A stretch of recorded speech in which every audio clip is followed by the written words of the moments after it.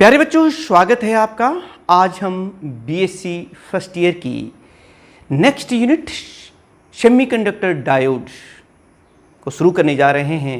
आज हम बात करेंगे एनर्जी बैंड थ्योरी के बारे में, जो बेसिक कंसेप्ट्स हैं, बहुत ज़रूरी है आपके लिए। और उसके बाद वन बाय वन करके पूरी यूनिट को कमिंग लेक्चर्स में हम कवर करने वाले हैं। तो आप जुड़े रहिए, साथ साथ पूरे लेक्चर को देखना, पूरे वीडियोज़ को देखना आप, ताकि आपके कॉन्सेप्ट क्लियर हो जाएं। तो शुरुआत करते हैं हम लोग।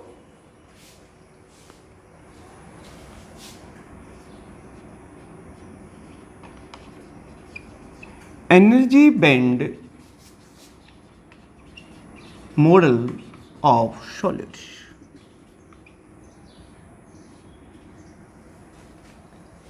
प्यारे बच्चों, इसके लिए हमें बोहर एटॉमिक मॉडल थ्योरी को से शुरुआत करनी होगी। हम लोग रहे हैं according to Bohr theory of atomic model, the electrons revolves around the nucleus like this in well-defined paths, and the allowed orbits are those which satisfy this equation.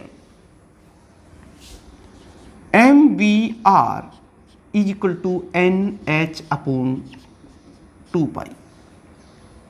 That is, the angular momentum of the orbits is integral multiple of h upon 2 pi, where n is equal to 1, 2, 3, 4 and so on. So, by this theory we can say that in an isolated atom, the energy of the electron is constant or fixed. Yani, in an isolated atom,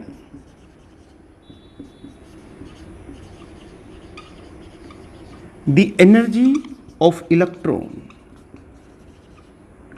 is fixed or constant.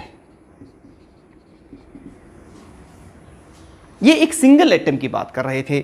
जैसे कि हमने आपको बताया था कि अगर atom सिर्फ एक एटम है लाइक दिस, तो उसमें जो एनर्जी है इलेक्ट्रॉन्स की वो फिक्स होती है इस रिलेशन के मुताबिक। लेकिन अब बात सॉलिड्स की करते हैं। वहां एक एटम नहीं होता है, वहां बहुत से एटम्स क्लोजली पैक्ड होते हैं। या यूं कहिए कि जिस घर में एक ही बच्चा है उसकी प्रॉपर्टी फिक्स रहती, ठीक है, क्योंकि कांस्टेंट है भाई, उतनी ही है। कोई उनके साथ इंटरेक्शन करने वाला नहीं है, लड़ाई झगड़ा करने वाला नहीं है। लेकिन जिस परिवार में बहुत से बच्चे होते हैं, वहां से देखिए, जैसा कि सॉलिड्स के केस में है, मान लो हम मैं एक आपको उदाहरण देकर समझाने की कोशिश कर रहा हूं।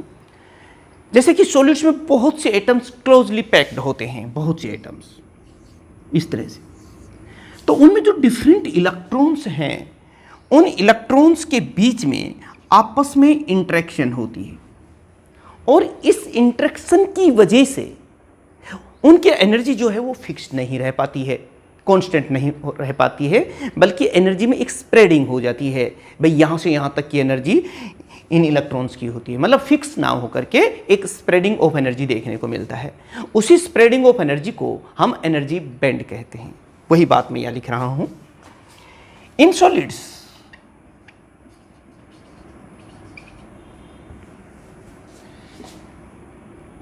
a number of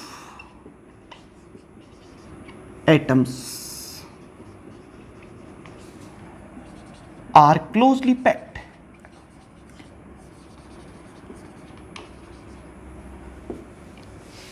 and the interaction between the electrons of different atoms take place.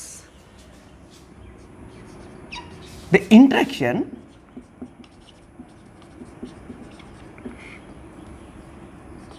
between electrons of different atoms takes place. Due to it, the energy of the electrons cannot remain fixed or constant, but a spreading of the energy takes place, due to which the spreading in energy takes place. This spreading of energy is called energy band.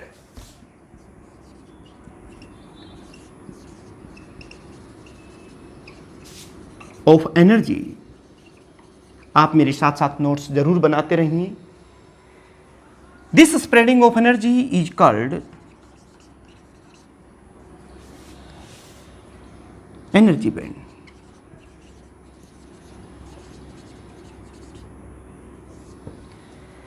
अब हम बात कर लेते हैं कि atoms के अंदर जो आउटर मोस्ट ऑर्बिट में इलेक्ट्रॉन्स होते हैं उन्हें हम वैलेंस इलेक्ट्रॉन्स कहते हैं, यानी कि वैलेंस इलेक्ट्रॉन. हमें पता होना चाहिए कि वैलेंस इलेक्ट्रॉन्स क्या होते हैं. The electrons in the outer most orbit of an atom are called valence electrons.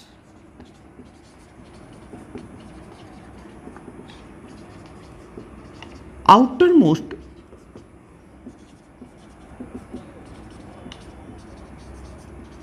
are called valence electrons, and the energy band इन वैलेंस इलेक्ट्रॉन्स की एनर्जी कहां से कहां तक होती है कि उसे हम वैलेंस बैंड कहते हैं.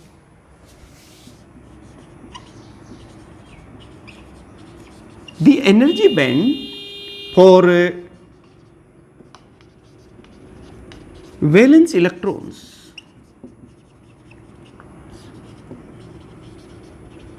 is called valence band.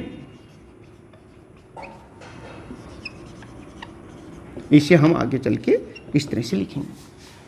अब बात आती है कि इन वैलेंस इलेक्ट्रॉन्स में ही कुछ इलेक्ट्रॉन ज़्यादा एनर्जी के होते हैं जिनकी वजह से कंडक्टिविटी होती है, जो या तो फ्री होते हैं या फिर लूजली बाउंड होते हैं.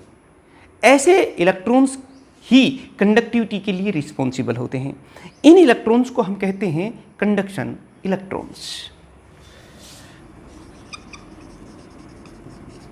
Conduction electrons. द इलेक्ट्रॉन्स क्या होते हैं? Conduction electrons. The electrons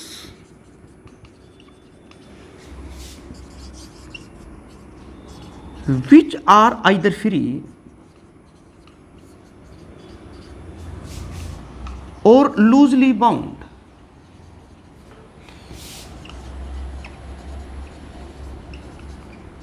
are called conduction electrons.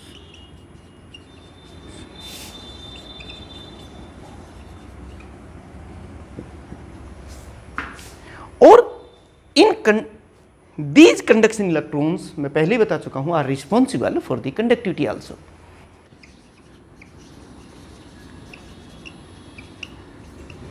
For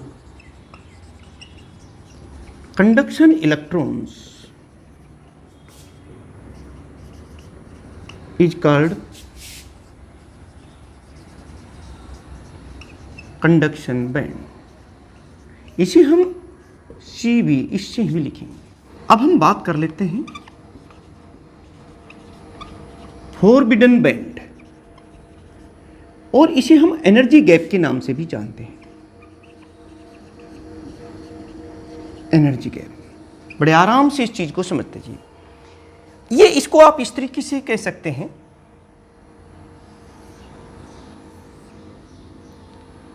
कि ये जो देख रहे हो, मान लो ये हमारा वैलेंस बैंड है और ये कंडक्शन बैंड है.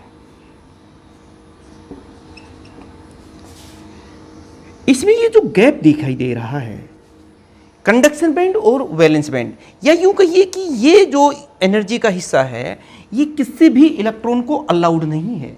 इसे हम कहते हैं फॉरबिडन बैंड या फिर एनर्जी गैप, जिसे हम ईजी से लिखते हैं. This is that. आप क्या कहेंगे? The energy band of disallowed energy is called forbidden band or energy gap. It is equal to the difference in the energy of the conduction band and the valence band. It is equal to the difference between energy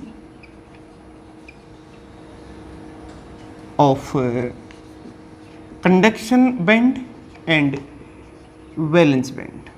It is denoted by Eg. The uppermost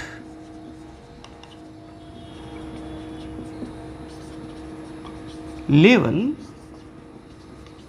which is filled in conduction band at 0 degree Kelvin is called Fermi level.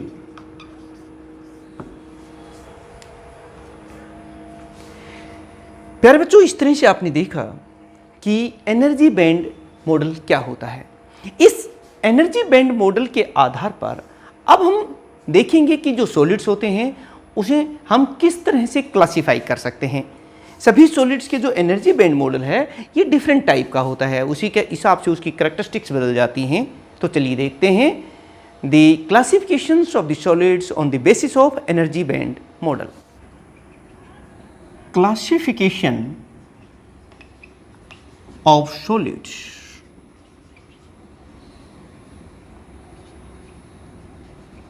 on the basis of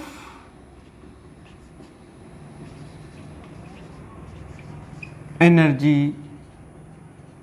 band model or classifications of the solids on the basis of energy band theory। तो प्यारे बच्चों, we can classify the solids into 3 groups। हम one by one करके उनकी बात करते हैं। Number 1, good conductors, और हम इन्हें कंडक्टर्स भी कह सकते हैं। नंबर 2, सेमी कंडक्टर्स,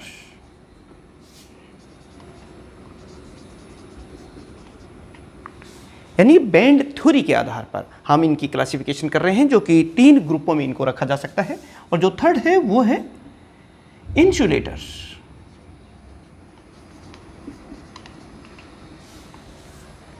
सबसे पहले हम बात कर लेते हैं कि ये गुड कंडक्टर्स या कंडक्टर्स क्या होते हैं। देखिए, इन तीनों का मैं एनर्जी बैंड मॉडल बना देता हूं, जो क्लियर हो जाएगा आपको कि एक्चुअल में ये हैं क्या। ये देखिए, हम बात कर रहे हैं, ये हमारा वैलेंस बैंड है, और ये जो आप देख रहे हैं यहां पर, ये और ये जो पूरा आप देख रहे हैं इतना, ये कंडक्शन बैंड है। आप देख रहे हैं कंडक्शन बैंड और वैलेंस बैंड आपस में ओवरलैप कर रहे हैं। इस रीजन में ये ओवरलैपिंग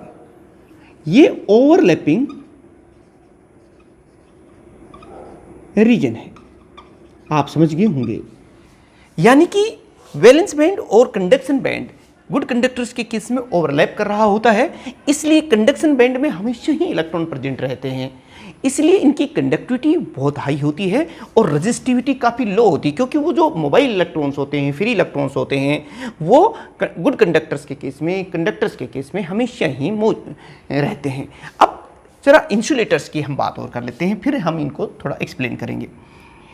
सेमी कंडक्टर्स में देखिए क्या होता है। इसमें ये वही हमारा वैलेंस बैंड, और ये देखिए ये कंडक्शन बैंड है, यहाँ तक आप देख रहे हैं ये कंडक्शन बैंड है।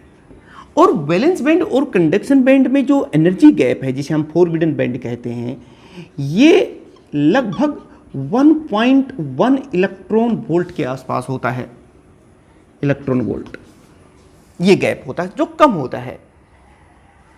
बात इंसुलेटर्स की कर लेते हैं। इनका भी energy gap, energy band model जो है वो आप देख सकते हैं यहाँ पर फिर वही बात, ये वैलेंस बैंड है और ये कंडक्शन बैंड है। ये कंडक्शन बैंड है। और ये जो एनर्जी गैप आप देख रहे हो ये बहुत ज़्यादा है, ये लगभग 6 इलेक्ट्रॉन वोल्ट के ऑर्डर का होता है और बहुत ज़्यादा एनर्जी गैप होता है। चलिए हम बात कर लेते हैं एक एक की इनके अंदर। गुड कंडक्टर्स या फिर इन्हें हम कंडक्टर्स क्या होते हैं? आप कहेंगे the solids having the atoms which have the electrons which are either free or loosely bound.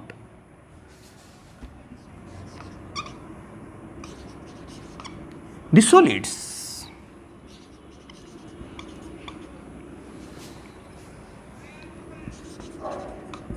having free electrons or loosely bound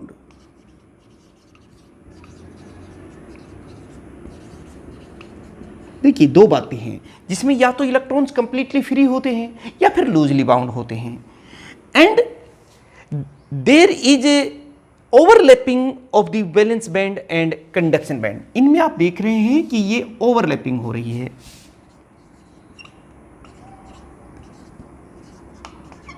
overlapping between valence band and conduction band.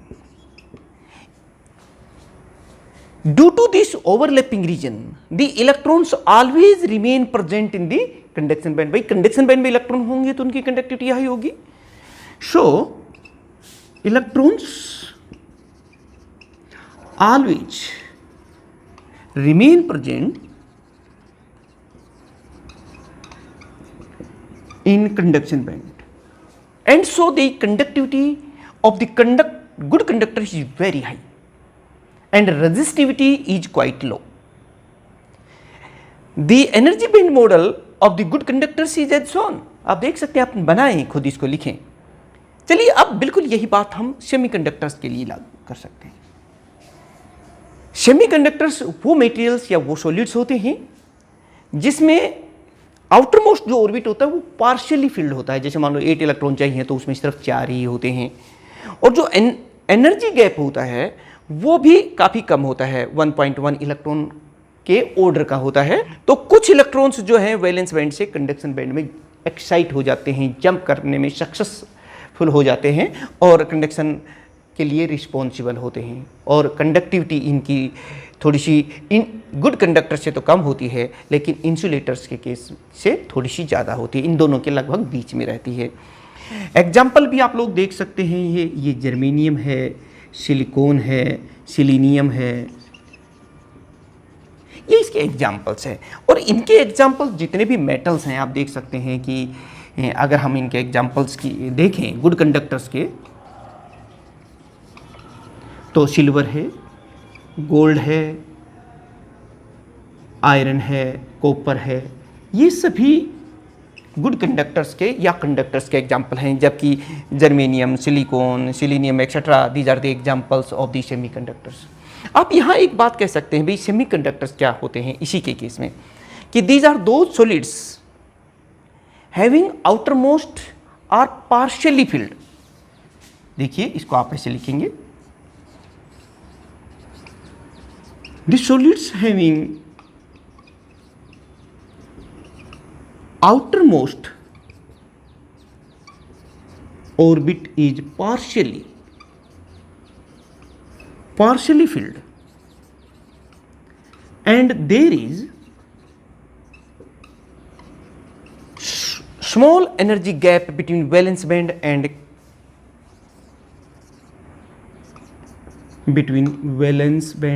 conduction band. The energy band model of the semiconductors is as shown. Due to the small energy gap, some electrons get excited from the valence band to the conduction band and shows little conductivity. The conductivity of the semiconductors lies in between the conductivity of the good conductors and insulators. प्यारे बच्चों, इसी तरीके से हम insulators की भी बात कर लेते हैं। आपके सामने इंसुलेटर्स का भी एनर्जी बैंड मॉडल है। आप बता सकते हैं इंसुलेटर्स उन सॉलिड्स को या उन मटेरियल्स को हम कहते हैं जिनके outer most orbit completely filled होते हैं। और एनर्जी गैप भी देखिए, there is a large energy gap between the valence band and conduction band, and due to this large energy gap no electron can jump or excite from the valence band to the conduction band, and so the conductivity of the insulators is quite low and resistivity is very high. इसमें examples आप ले सकते हैं जैसे glass, plastics etcetera. फिर सुन लीजिए, अगर हम बात करते हैं इंसुलेटर्स की,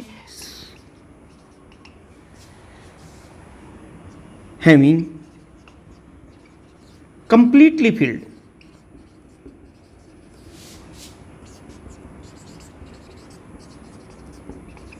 outermost orbit and there is large gap between valence band and conduction band. Due to this large gap between the valence band and conduction band, no electron can jump from valence band to the conduction band. So the conductivity is very low of the insulators. The energy gap is about 1.6 electron volt, and here the energy is about 1.1 electron volt. और यहाँ तो overlapping होती है। प्यारे बच्चों, ये था energy band model जो आपको पढ़ना चाहिए था, बहुत अच्छी तरीके से आपको समझ में आना चाहिए। इन्हीं के आधार पर हमारा जो नेक्स्ट लेक्चर रहेगा वो होएगा सेमीकंडक्टर्स क्या होते हैं और उनकी डिफरेंट टाइप्स, क्योंकि ये जो यूनिट है ये सेमीकंडक्टर्स पर आधारित है, इसलिए नेक्स्ट लेक्चर जो है वो बहुत ही इंपॉर्टेंट रहने वाला है आपके लिए, इसलिए उस लेक्चर को बिल्कुल मिस ना करें। जल्दी ही हम आपसे मिलने वाले हैं उसके लिए, और आपको भी समय रहते पता चल सके उसके लिए आप अपने इस चैनल को सब्सक्राइब कर लें और जो है बेल आइकॉन भी दबा दें। और अगर आपको ये चीज़ अच्छी लग रही हैं तो अपने दूसरे जो साथी हैं उनको भी शेयर करें, लाइक करें। और प्यारे बच्चों, इनके जो रिटन नोट्स हैं हैंड रिटन फॉर्म में, वो भी मैं आपको जल्दी ही जो है ई बुक की फॉर्म में जो है उसका लिंक प्रोवाइड कर देंगे। आप वहाँ से नोट्स जो है वो डाउनलोड कर सकते हैं, देख सकते हैं, वो भी आपके लिए काफ़ी हेल्पफुल होंगे। तो प्यारे बच्चों, चलिए मिलते हैं नेक्स्ट लेक्चर में, तब तक आपका बहुत बहुत धन्यवाद।